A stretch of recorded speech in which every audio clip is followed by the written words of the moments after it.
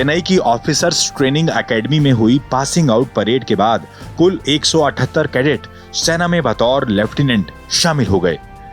इनमें 124 पुरुष, 29 महिलाएं और 25 विदेशी कैडेट शामिल हैं।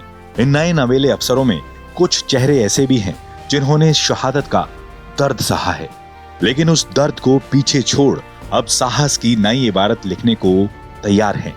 इन्हीं में से एक है शहीद नायक दीपक नैनवाल की पत्नी ज्योति नैनवाल। ज्योति नैनवाल को जब सेना में बतौर लेफ्टिनेंट शामिल किया गया तो इस खास मौके पर उनके दोनों बच्चे भी साथ थे और मां के इरादों को और फौलादी बनाने के लिए दोनों ने आर्मी की यूनिफॉर्म पहनी हुई थी। इस मौके पर ज्योति नैनवाल ने अपने पति की शहादत को याद किया और साथ देने के लिए अपने पति की रेजिमेंट का आभार भी जताया। His parent unit is 1st Mahar Regiment, and when the incident has happened, he was posted in 1st RR, and he got gunshot on 11 April 2018 during an terrorist encounter, and after that he was hospitalized for 40 days, and then he 20 May 2018 he gifted us a life of pride, which I am trying to carry forward now. Dehradun के रहने वाले दीपक नैनवाल 10 अप्रैल 2018 को जम्मू कश्मीर के कुलगांव में आतंकी मुठभेड़ में घायल हो गए थे।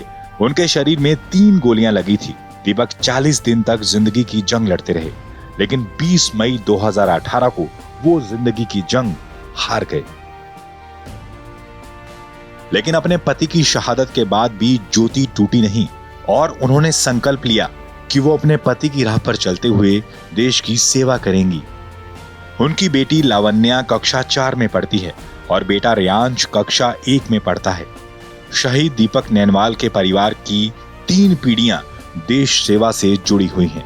दीपक के पिता चक्रधर नैनवाल सेना से रिटायर्ड हैं। उन्होंने 1971 के भारत पाकिस्तान युद्ध, कारगिल युद्ध और कई दूसरे आर्मी ऑपरेशंस में हिस्सा लिया था। शहीद दीपक के दादा सुरेशानंद नैनवाल भी स्वतंत्रता सेनानी थे।